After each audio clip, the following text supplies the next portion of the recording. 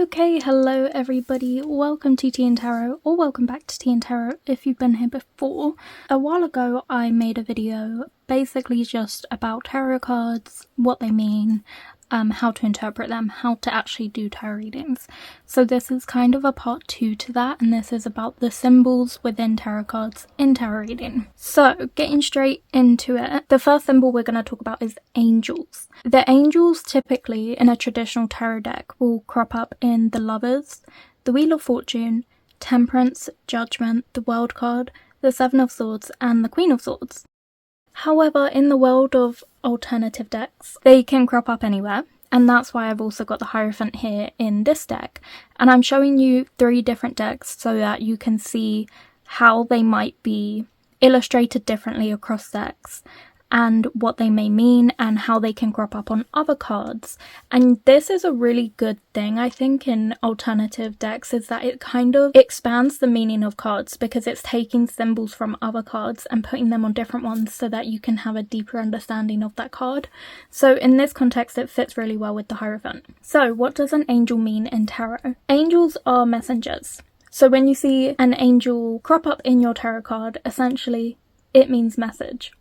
Or messengers, because angel actually comes from the Greek word angelos, which means messenger. So kind of think like if you ever seen Buffy the Vampire Slayer, how Angel is always popping up to deliver Buffy some messages.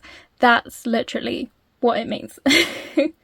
But particularly divine messages, divine liaisons, divine ideas. So there is a exchange mentally between dimensions and realms. So this could mean that you have a higher connection to something, or it could mean a higher connection is reaching out to you to give you some important information. So this can also represent communication. You can take it a step further by interpreting it as purpose, a purpose to deliver a message. You can also think of it as when angels crop up, you can also take it more literally and think of guardians or protectors or protection and kind of think of it that way. But it can also be about, as I said, that connection to the higher being, higher powers. It can be higher thinking, getting clarity on a situation because you've been given knowledge from like a all-seeing source. It's also about opening your awareness as well. So now that we know what angels are, why are they in these cards? So the Hierophant here stood out to me in the Killstar Tarot deck because there are 2 angels in the background. And this can mean a few different things with the Hierophant. So as you know, the Hierophant is essentially a really important figurehead. Usually this is quite a religious card. So this is essentially conveying to you that this is a person with a connection to higher beings already. So you can take this in 2 ways. One is that this person is almost a messenger, a messiah, or an apostle who gets information from higher beings. But you can take it another way, with the way that these angels in particular are positioned with their like little robes and things. To me, this is giving good angel, bad angel. And it can be about using your ability to be a messenger for good or for evil, recognizing that higher religious powers may not have your best interests at heart. Some might not. Regardless of my personal feelings on it, that is kind of the energy of adding those 2 angels there. This card is indicating that some messages can be good and some might not, but either way that these messages are coming from some sort of higher place. So I thought that was really interesting and just something that I should add there. So let's put that off to the side and take a look at the other cards. So now we have the Lovers, and I wanted to show you how angels crop up and also where angels are missing to show you the difference with like traditional decks and alternative decks. This is my closest traditional deck, this is my kind of middle traditional, and this is a very alternative deck. So that's why I've got these as options, but to be honest, I don't really have a fully traditional deck for you guys. But in the Lovers here, we can see this figure in the clouds that is representing an angel, because, and the way you can identify this is that they're in the clouds, they're above the people, they're so much bigger than the people as well. So the size and the fact that they're in the sky, positioned in the sky, conveys that this is an angel, regardless of the fact that it doesn't have wings. Whereas in this deck here, the Cute Ghost Tarot, the angels are conveyed through an all-seeing eye being in the clouds, because an all-seeing eye, that is a higher power that can see you, that's always watching, it's omniscient, it's above them, it's looking at them, it's always aware. And so this is how this deck has conveyed angels. Now with my Killstar deck, very different.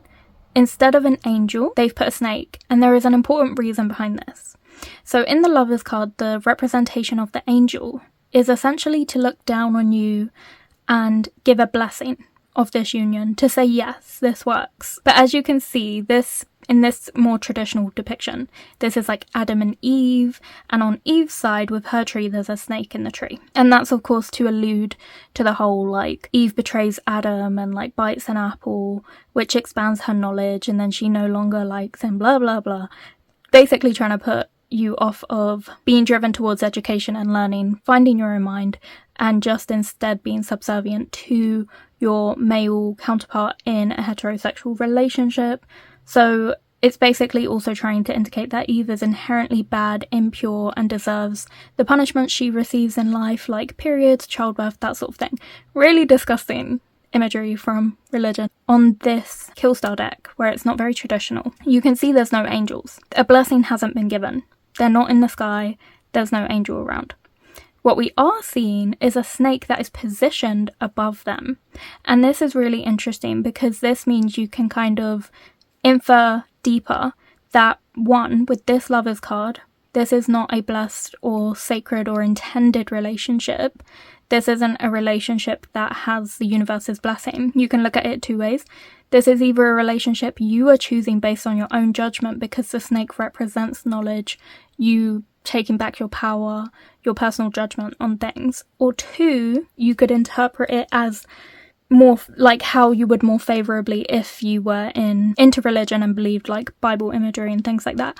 You could interpret this snake as a poison, almost a deceit, negativity. So you could infer that this connection here is going to be deceitful, that it's going to be poisoned, that it is not a divine loving connection, but actually it's doomed to kind of fall apart. So that's one way you could see it. Or you could see it as, for this deck, maybe they're using animals as angels to convey that animals actually have a deeper, higher connection to angels and the spiritual world than us. And so they're kind of using that to back that up. But however you interpret it, this is just something to consider. And this is why it's really important to know the symbols and know what they mean and what cards they're in, because then you can take that further and, depending on what deck you use, completely transform the meaning of cards based on what images you're seeing. So that's something to note. And now we've got the Wheel of Fortune here. And again, I just think it's really important to show how angels are coming up. So in both of these decks, now these are winged figures. And from that, you can then infer back to the Lovers card of this deck and see that maybe the snake was not representing an angel, because they are using angels in some figures and some not. You can also take into consideration that some angels have been dead and some have been living. So there's lots of things to consider. And this angel has horns as well, which is important. You've got this kind of good angel, the animals all around you, the strength. There's lots of support with the traditional tarot deck symbols around the Wheel of Fortune. But over here on this less traditional deck, you know, you've got like the trident spear through it that like typically the devil would be depicted as holding. You've got the angel with the little devil horns. And of course this is a goth deck, so it is trying to play off of that, but you can also interpret that as deceivingly good luck. Good luck that is an illusion. And there's also a little like creepy deviled gremlin down there as well. And the wheel is actually this snake. So it could talk about repeating cycles of being misled in terms of your luck. Whereas in this alternative deck, there's not an angel in sight. Clouds do have their own individual meanings, but that can also be connected to higher beings. So that could be this deck's version of conveying angels is through clouds. So you could take it that way. But what this card is kind of saying is it's focusing more on the elements, which conveys the kind of tumultuousness and changeability of this person's luck. So in this depiction, because of the absence of angels and the focus more on elements, we can see that this is very changeable luck. With the use of angels crossed with devils, we can see the kind of ups and downs of this person's luck and feeling like they're lucky and kind of having it pulled back away from them. And then with this card, we can just see that this person would be very lucky because everything's harmonious and in order. And that's the way of like the traditional card. And once again, here in the cute Ghost Tarot, along with an angel, we're seeing the all-seeing eye. So clearly in this deck, the all-seeing eye is going to represent angels whenever you see it. So if you ever see an all-seeing eye on one of the other cards, you can interpret that as a message coming in. But these are all pretty harmonious across the decks. I just really love the illustration of this one with the sun down the side, either implying it's rising or setting, because I think that's quite important. Same with this one, whereas this one it's kind of just coming out of the middle, which is good for like the symmetry of the card, but I feel like these have alternative meanings for that. But we'll get into the suns later because this isn't about that. But that's also something to note here. Now we have a few interesting things going on here. So with this Judgment card, the angel is depicted as holding the trumpet. It's delivering a message loud and clear from the sky. And over here, we've got the angel with the trumpet, but it isn't conveyed as an angel. What is conveyed as an angel is this smaller figure over here who seems to be monitoring both the messenger and the message receiver. So there seems to be an implication that there is a hierarchy to judgment and justice, and you're always being watched, even those who seek to place judgment on you, whether that's good or bad judgment, they will also face their comeuppance. So that is an important message of this card by shifting the angel onto a different figure. Whereas over here it implies that this figure is the ultimate decider of judgment and you are at their mercy because you're human or because you're on the ground. But with this one, it's like, no, even divine beings face their judgment. Even they have to stick to a code of right or wrong. And with enlightenment here, veils do represent different things. So once again, we can't really take the veil as a symbol of being an angel. What we can take into consideration is that this ghost is out of the world. They're literally in space, which automatically gives them an association with a higher power because they're not on the ground, they're not in with Earth. It's almost like they're moving on, and veils represent that transition between life and death, this world and the next, and so there's clearly an ascension happening because they're above as well.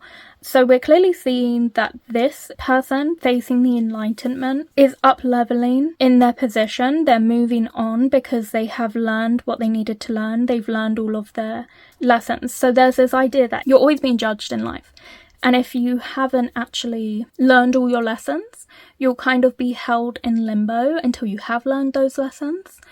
And so the fact that in this card, this ghost is absent of angels and seems to be moving on to the next life shows that they have actually learned all of their lessons. This person seems to be groveling for the approval of the divine. They still have lessons to learn. They're still going. They're begging to be taken up because they're in a coffin here. And they seem to be being rejected, but this situation's being monitored. And then over here, these people, once again, they're still in the process, they're still learning, because they're living beings and they're still in their phases of life. You know, they've just had a baby, they've started a family together, they've still got so much more of the journey to go. Whereas this ghost seems to have spent its time learning its lessons, it's figured everything out, and now it gets to move on. So it's a completely different message. Like if you were asking, like, based on how angels are included or absent from a deck. So if you were asking, like, what's next for me in terms of like your career, if you got this Judgment card, you might maybe be getting rejected from something you want because you need to go away, figure it out, learn and come back. With this card, you might be moving on to the next phase, but there's still so much more to go. And with this card, it's like you're becoming the CEO. And you can get all that from the angels here. So I thought it was important to show you the World card as well, because typically there will be an angel in the World card, which we can see here in the least traditional deck. We can see an angel in this top corner, and it's similar to the Wheel of Fortune in the sense that you've got all these different figures here again with the lion, the bull, the eagle, representing different elements of yourself and different elements of support around you.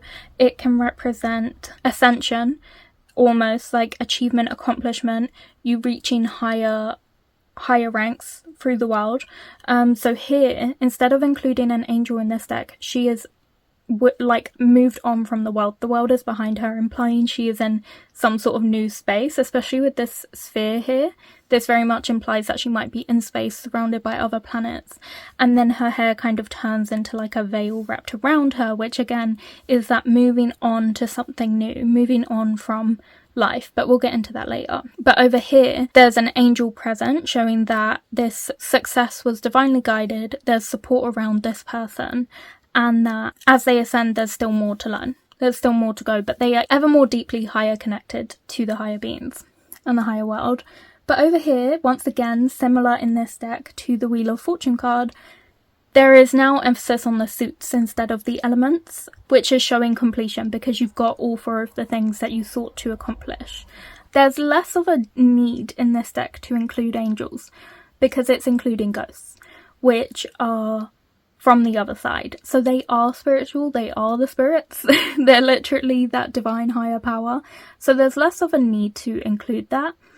But I do think the absence of it implies that they are beyond judgment of what humans seek to be judged by, because now maybe their ethos has changed now that they've reached the other side and that they are dead and can see the world on the other side more clearly for themselves. So typically in the 7 of Cups there will be a little angel somewhere, usually in one of the cups.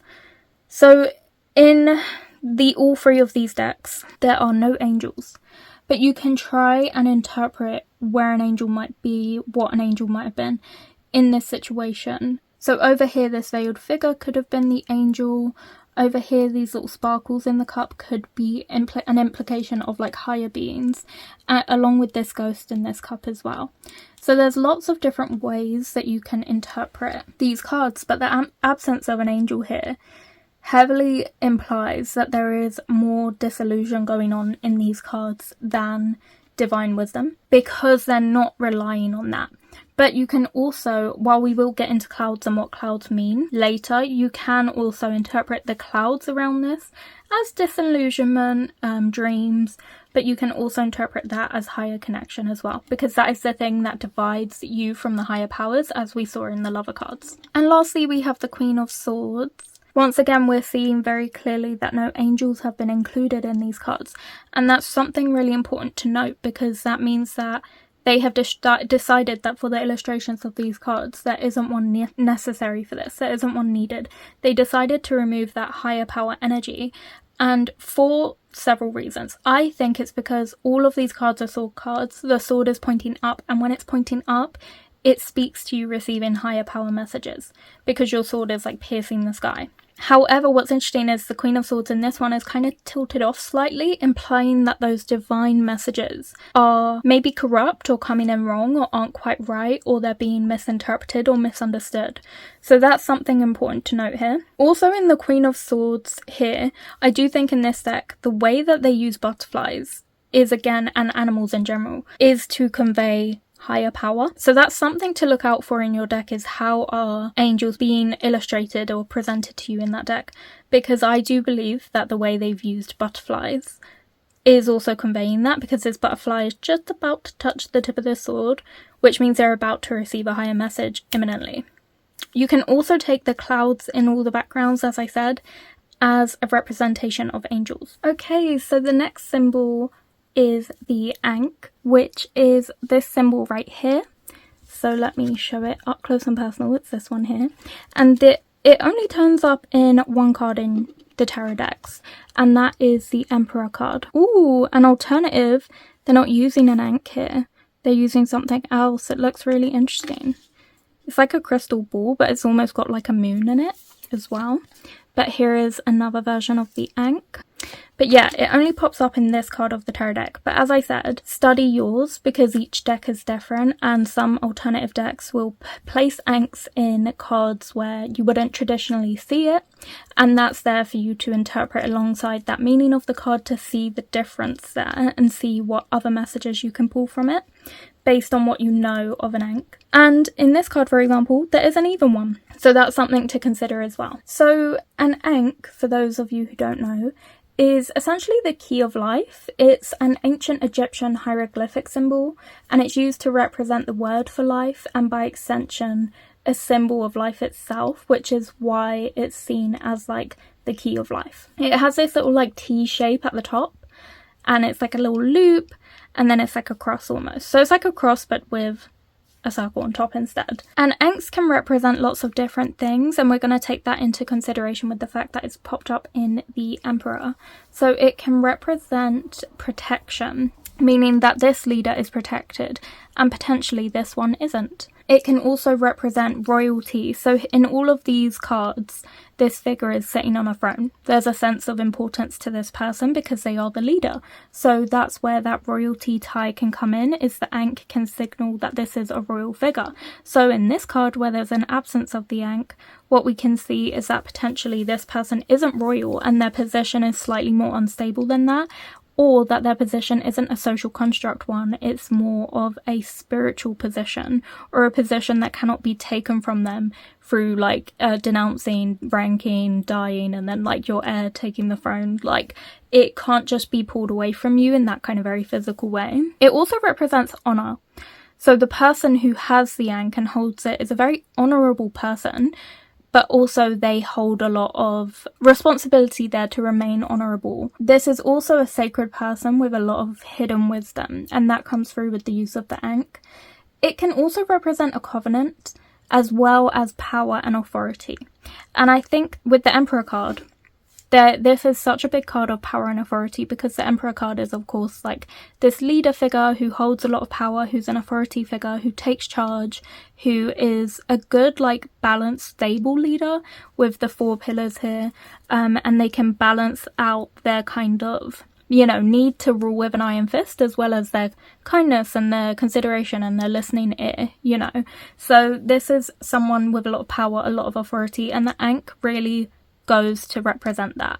That's why it's included. So maybe with this leader here, they have less authority and power than you would think of like a king, who maybe can rule however they want and never be told no. Their power might stem from and depend on how others view them, and for that reason they kind of have to make sure they're always on par with their ideas, make sure they align with what the people want.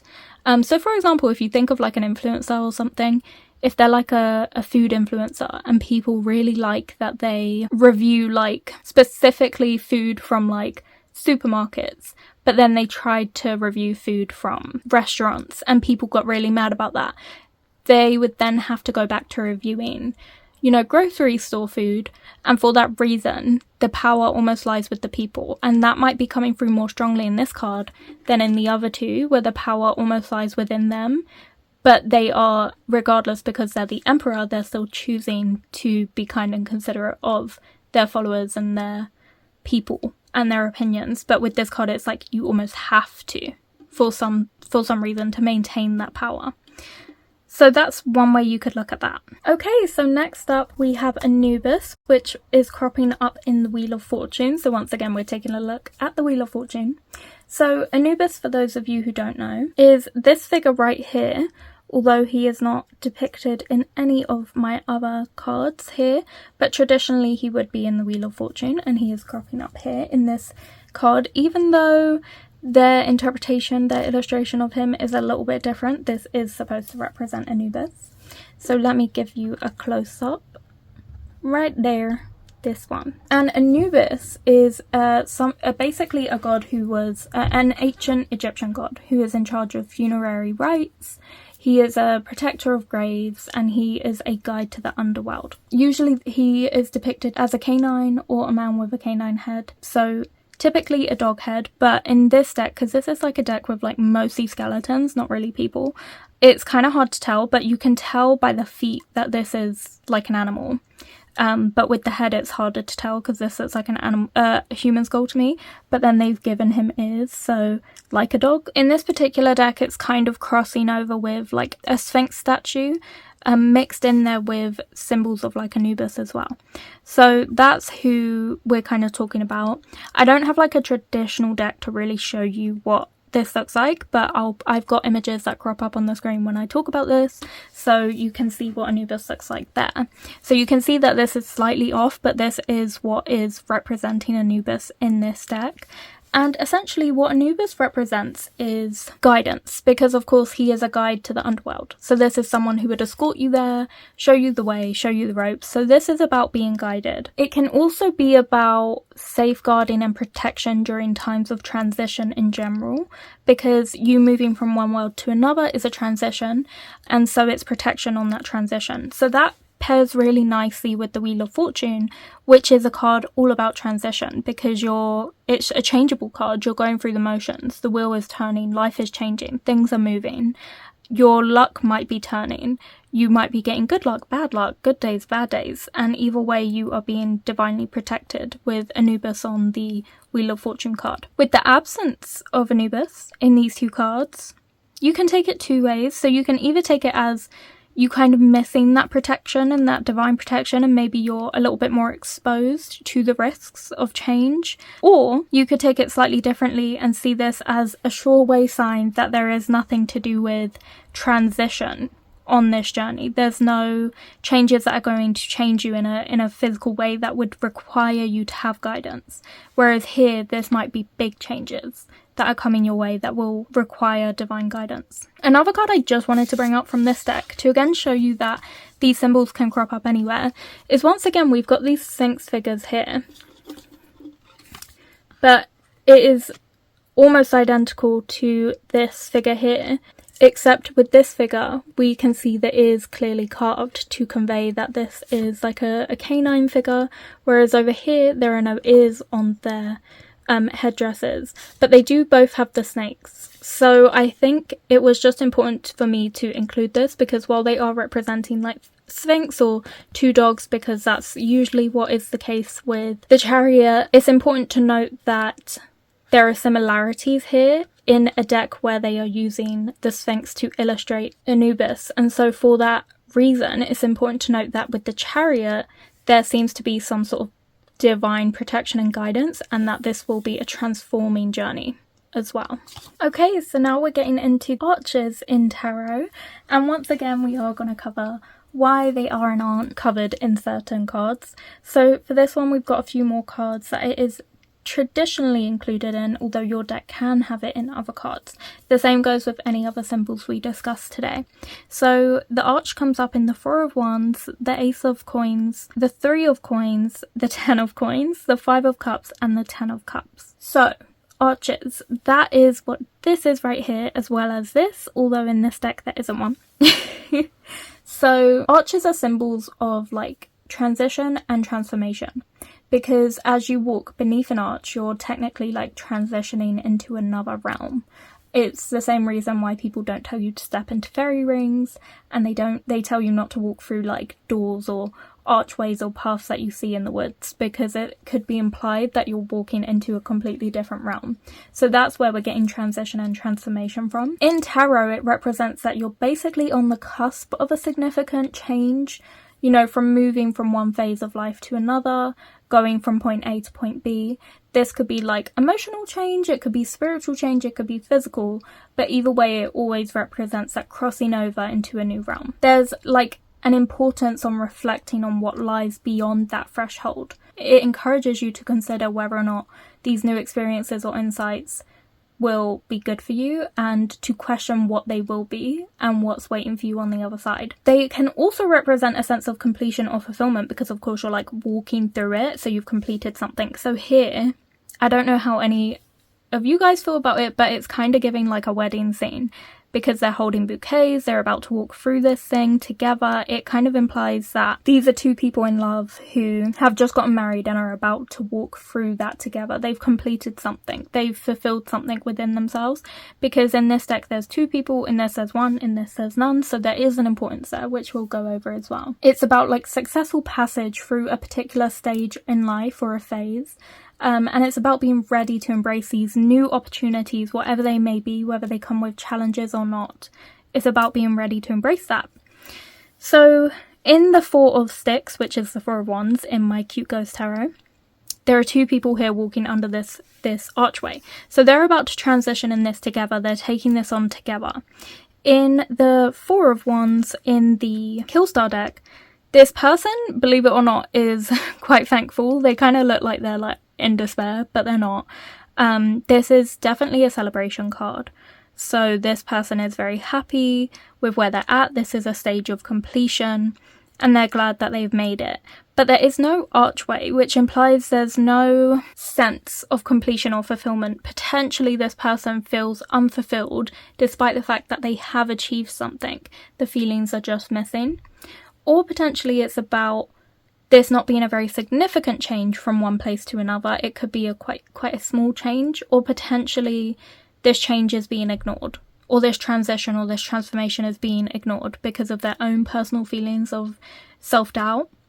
Over here, there isn't a person at all, but there is something beyond the horizon, which is a castle.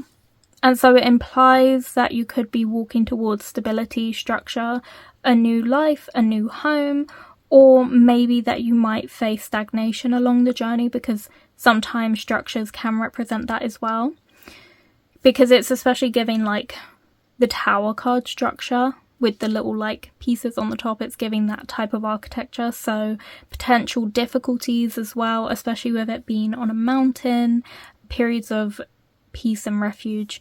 But either way, these are just some of the different ways that archers can kind of show up in cards. Now we're on to the Ace of Coins. So once again, no archers in these two decks, but there is one here. With the Ace of Coins, it's a kind of about that like blossoming of an idea, an act towards financial abundance, desire for materialism and thinking of ways to growing that wealth. So what's quite interesting with this deck is that they've included like a lily here, and we'll get into lilies later. So it's about that growth, growing your finances, and in that having a future. So this arch is representing a future, a transition into something else. And off in the distance you see mountains. So you do see financial struggle as well. So there's lots of ways you can think about what an arch represents in your deck. Next up, we have the Three of Coins. So with this archway here, there's a few different things going on. Because these are, the Three of Pentacles is like these three people or three apprentices or beginners working on something collaboratively together underneath an arch.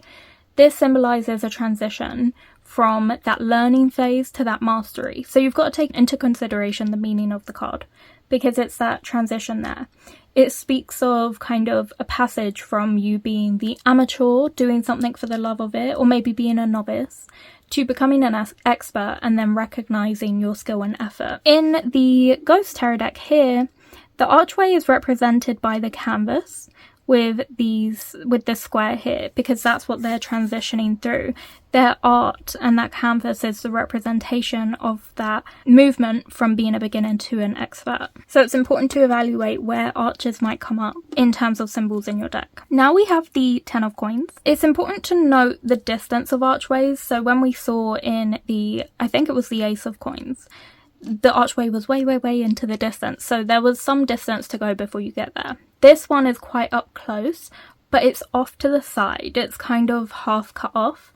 And this is representing a legacy of wealth. So it's not that like you're necessarily going to do anything. Maybe you're creating that legacy of wealth for your family, and the archway is giving you a glimpse into that. But also it can indicate that your previous generation's wealth is coming down to you through legacy as well, and it's trickling in, which is why it's coming at you from this angle almost. It also represents here long-term stability because of the meaning of the Ten of Coins, you know, building what you have, creating that legacy. It represents a transition into security, into contentment, feeling stable, feeling grounded. It's why we've got the multiple dogs that look very relaxed and calm. They're well taken care of, and dogs are quite expensive. It's why we've got the houses in the back showing that stability. So a strong sense of stability with the archway in this deck. However, in the Killstar and Ghost deck, there just isn't an arch. Okay, and now we've got the Five of Cups here. So there is an archway in two of these decks. So for the Killstar deck, the archway is really far off to the side. It's this tiny little archway in the distance. So if you take into consideration the feeling of loss and grief surrounding the Five of Cups here, the fact that there is an archway off into the distance ahead of this person shows that there is potential here for healing from that grief, for recovery, for mourning and the moving on. to move forward beyond that grief and loss, to recover from those feelings. And so in both of these decks, this archway is showing that there is a way out. There is a light towards stability. There is a pathway that will get you to where you need to go, to a sense of stability, success, happiness, fulfillment. But you just have to see it and find your way out. Whereas with this Five of Cups, it's almost the lack of the archway is kind of saying there really is no way around this grief. This grief will probably carry with you forever. And even though it's tough and horrible to deal with, it is just something that becomes a part of you, and you need to find a new way to live in the world with this grief on your shoulders. So that's something to consider as well. And lastly, we have the Ten of Cups. So the Ten of Cups is a little bit different because the archway is typically symbolized in the form of like a rainbow here. So see how these cups are kind of creating an archway here? That's the archway, and it's above them. There's no archway in these two, but in this one they've tried to convey that. But of course there's an absence of the rainbow because this is a colour in deck as well.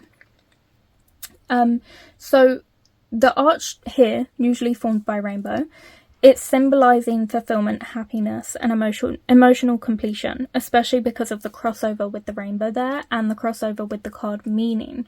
Because the card represents that like harmonious family dynamic, lots of love, lots of happiness, deep satisfaction, so too does the arch. That's what the arch is conveying here. But as I said, check all your decks and see all the cards in your deck and see where arches are cropping up and how that might change the meaning of that card. Okay, so now we're moving on to the symbol of armor. So this symbol of armor crops up in Death, the Emperor, the Chariot, all of the Knights, and the King of Coins as well.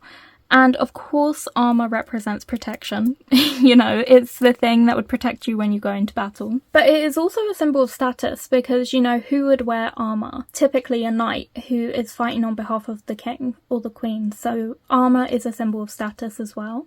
It's also a symbol of strength because, once again, who wears armor? The person who's going into battle. The person who is strong and brave enough to do that, who has courage, who's confident, who's prepared and self-contained.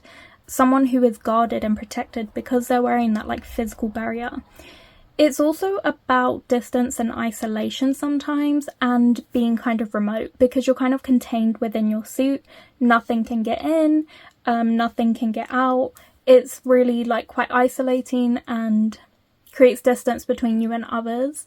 It also keeps people at a distance. So for example, if someone was like jousting you and then they rebounded off your armor.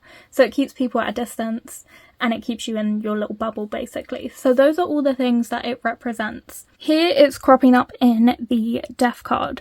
And so you can see a few different things. So this person is wearing armor here. So this is representing all those things that I said, the protection, the isolation, the courage, the status.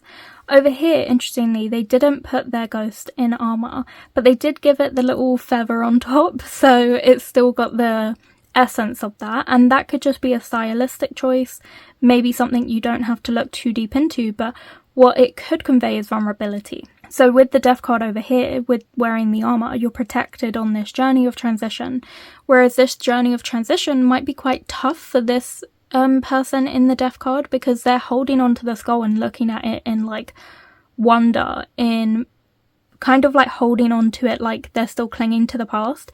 So this transition might be hard for this person, but the feather is indicating they still have like higher being connection, but maybe an essence of protection from the armor in the sense that they are still strong and they have a little flame of courage that can get them through this. And they have interestingly denounced their status that would come with the knight armor because they've got their crown on the floor. So they've denounced their status, they've changed who they are. This could even be, with the Death card, a regression of transformation. So you're transforming but back into somebody who maybe isn't an expert, isn't an authority, and is instead more of like a novice. Maybe being denounced from king to knight. So taking a step back almost. So maybe a regressive transition rather than a progressive one. So there's lots of ways you can look at them not wearing that armor. You could also see it as they have decided to no longer be someone of that status. But you can also see it as potentially their status was stripped from them because they've made a few transitions. They've gone from life to death and maybe denounced from king tonight. So potentially the actual forced transition of like dying, which is inevitable. Obviously this isn't real death, but hypothetical. Dying and then turning into a ghost. They've been forced from their status, from all the status and wealth they created in the physical material world. It's been stripped from them. So they've also had what their rights kind of taken from them, or what they've earned taken from them, and they're adjusting to this newness. And it's very vulnerable and very uncomfortable. So that's how you could look at that. And then with this version of the Death card, once again, we're getting more closely the same sort of symmetry with this card, because in this one, this person isn't wearing armor, but it's interesting because they have the cloak and carrying the scythe. So in a sense, this is kind of like a cloak of armor, or a shield of some sense, because Death, the figure of Death, the Grim Reaper, is kind of immune from death because they are death itself personified. Hi. We're getting a visit from Kitonia. Keep going. Oh my goodness. Thank you. She fixed the angle of the camera by rubbing her face on it again. So once again over here with the Grim Reaper, we're getting an immunity from death. So almost a sense of like, there is no change required, or no change you could go through that you can't handle, or that you're not equipped for. But it also could mean that change is inevitable, because the Grim Reaper is a symbol of that. But additionally, because they have a skull down here with a crown on it, similar to this card, this is also an indication that death doesn't discriminate. You know, it will get you no matter who you are, how special you think you are, or how many riches you made, or whatever your status was in life. You're not immune to death. And it comes for you. Change comes for you, and change is inevitable. But there's a stability in that. There's 2 towers in the back. So there's a stability in it, in the sense that you can trust in the fact that it's inevitable, and therefore feel more secure in your position, because it's just something you have to go through.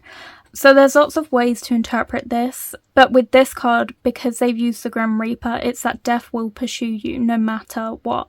And by death, I mean change. So change will pursue you no matter what, no matter how stable you think your situation is, no matter how comfortable you are, change is inevitable. So that's the influence there of the absence and the inclusion of armor. Next up, we have the Emperor, who is supposed to be wearing a little bit of armor, but in all 3 of these cards, none of these Emperors are wearing armor. These are very like flashy, glam. Would I say stylish? I suppose I would say very fashionable emperors and leaders, which shows that they don't get their hands dirty. You know, they're not the ones on the battlefield. They're not the courageous, strong, brave ones. They are the symbol of power itself. They aren't necessarily powerful. So it's always important to pay attention to what is coming up and what isn't. Next up, we have the Chariot. So in this depiction here, this person is wearing armor. She's wearing armor from the top, but even though she is wearing like armor, because this will be an armor skirt, her legs are bare. So there's an essence of vulnerability here, mixed in with that strength, mixed in with courage and protection on this journey. In this card, the ghost has no armor, but over here in this version of the Chariot, they do have armor, and they even have a shield. So this is telling you there's an extra layer of protection there, and potentially that protection comes from financial stability or financial situations. Maybe it protects you from financial danger, or maybe you have enough wealth and assets to protect you from whatever this event is that's occurring. Whereas here in this Chariot, this person might be quite vulnerable on this journey. Then we have all of the knights. And so this person is wearing some armor finally in the Cute Ghost Tarot, but it's just a helmet, as with the Knight of Cups over here, just a helmet. So potentially with these 2 cups, it's protection of your, when you take into consideration that this is a cup card, a card of love, this is protection in terms of your mental stability and mental clarity of the situation. You're not going to have the wool pulled over your eyes. You're not going to be like googly-eyed and ignore their red flags. You're going to be very aware of whether or not this is a good situation for you or not, or a good thing for you to love or pursue. And you're going to be very intelligent about this situation, whereas you might have more vulnerability elsewhere because the rest of the body isn't protected. Then if we move over here, and not only is this knight in armor, but their horse is also a little bit pumped up with armor here, here, and here. So there's a double protection there, not only protection of you, but protection of your guides too. So you know you're not going to lose them along the way, or your spiritual support, or your avenue to get to this thing. Your journey, your path is protected as well as you, and this person is protected head to toe. So this could mean protection, but in this case it can also mean that isolation we spoke about, that keeping that distance between you and what you want or others, a sense of separation, whereas these two might be more open to connecting with others because the rest of them is vulnerable and unshielded. This person seems very closed off from building new connections because they're very isolated. It's also an indication of more status here as well. So once again, we're getting the similar sort of thing with both of these knights just having the helmet. So once again, their ideas, their assets, their thoughts are really protected here. Their viewpoint on the situation is really protected. Whereas over here, this person is still wearing armor. Again, it's like wishy-washy.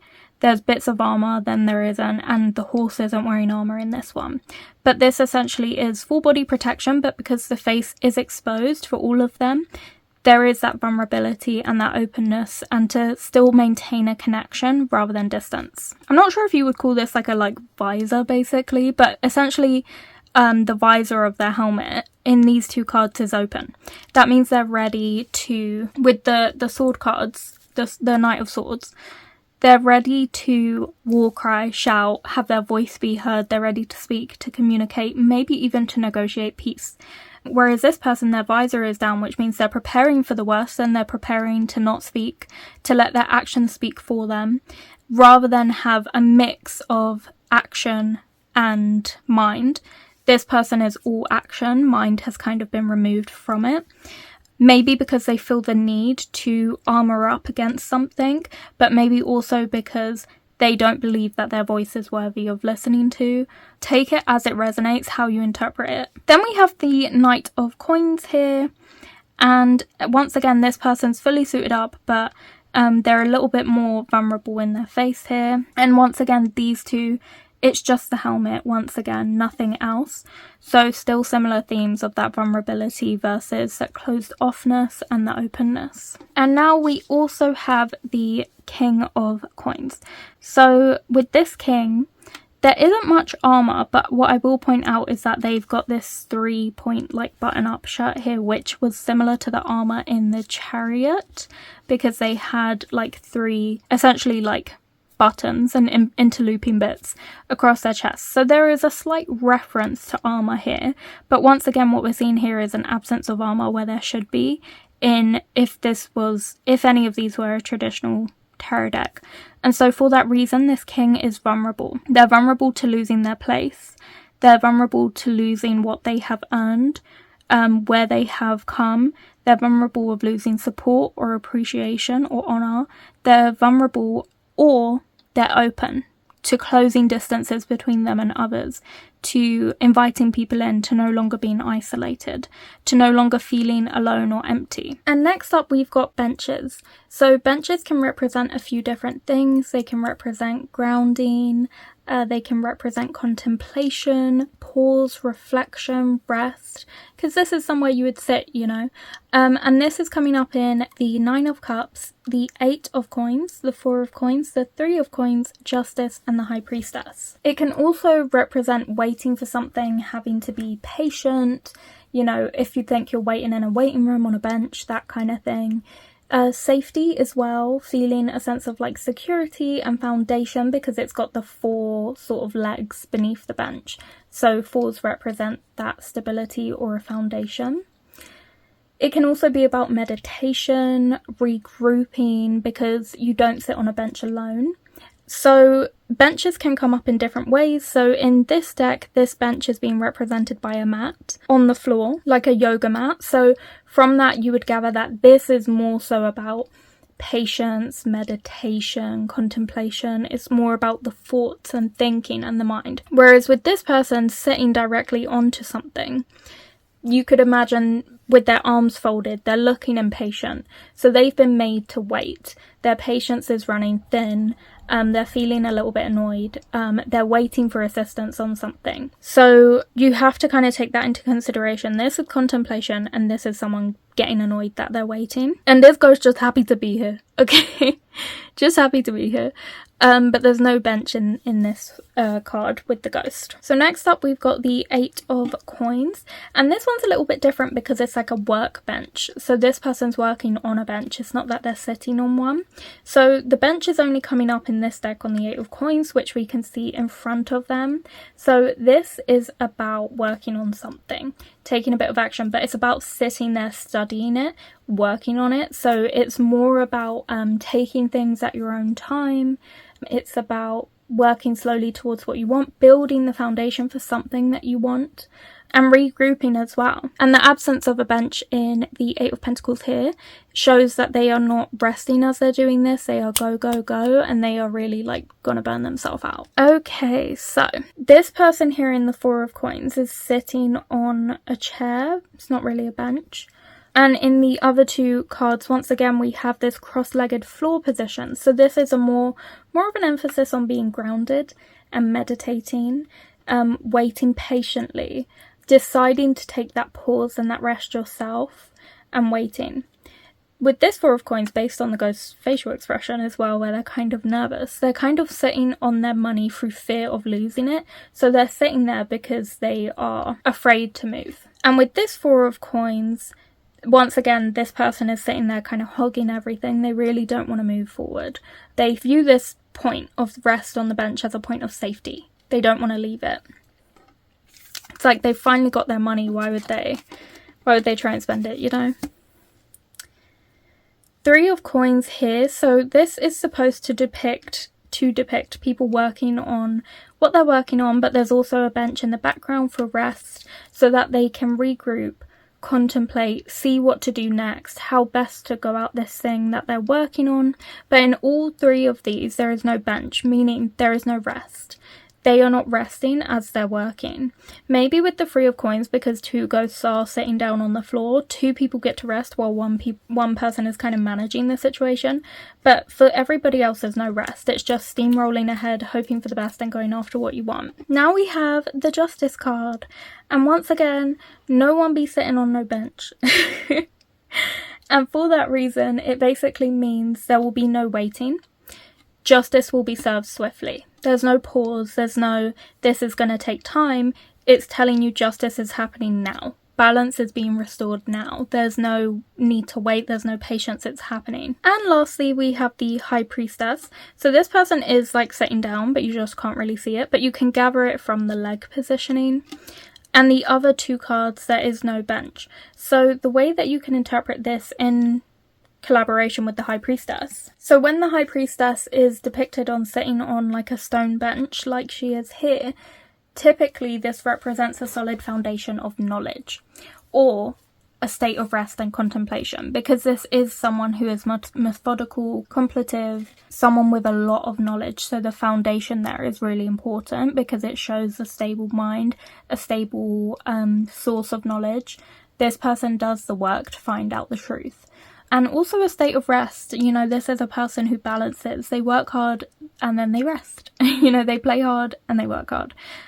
So this is essentially what the bench is representing here. So when we have the High Priestess with no bench, standing like this is someone who's made up their mind, who has garnered all the knowledge they need to now act. They're no longer in the contemplative stage. They're now in the, I've seen all I needed to see, I'm ready to make a choice and move. Whereas this person here is still contemplating. They're still thinking about things and they're still drawing in that knowledge. Whereas here, they're ready to now take that knowledge and act with that. Maybe they know all they need to know. They've seen all the screenshots, you know. Okay guys, it's been quite the session. of going over symbols in tarot and then connecting those directly to the card that the symbol comes up in or doesn't come up in. So I'm thinking this could be maybe a 3 or 4 part series. We'll see. It's probably going to be about 4 because I've got lots more symbols to go over for you. But not enough time to do it in. So these are the symbols I've covered for now. Hopefully for those of you learning tarot and getting into it, or even for those of you who just want to know this stuff so that if you see these symbols a lot in your tarot readings and you're curious as to what they might mean for you, you can go check this video out, find your symbol, and then apply that to your personal reading, to your life, or just in general apply it to the readings you do for yourself or for others. So hopefully you found this video helpful. If you did, please like, comment, and subscribe. And if you want to see the next part, I'll probably have part 2 out by this time next week, and so on and so forth. So I'll probably release 1 a week until I've kind of made my way through all the series. And yeah, if not, hopefully I see you here next week on Tuesdays and Thursdays for another tarot reading or tarot related video on TìandTarot. Bye!